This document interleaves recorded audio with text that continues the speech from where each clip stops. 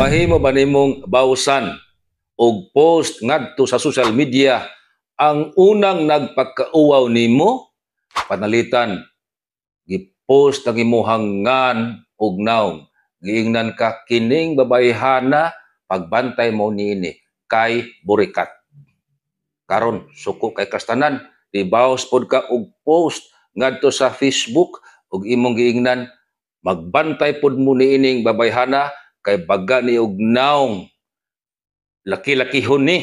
Oh, karon tungod ka dibaws ka sa imong kontra nga unang nagpakauwaw nimo sa social media. Di ba ka mapasakaan og kaso? Mainbok ba nimo ang self-defense man tong ako. Naguna-una bitaw siyang pagkuwaw nako ngadto sa Facebook. Ako sam siyang gibawsan. Pwede ba na?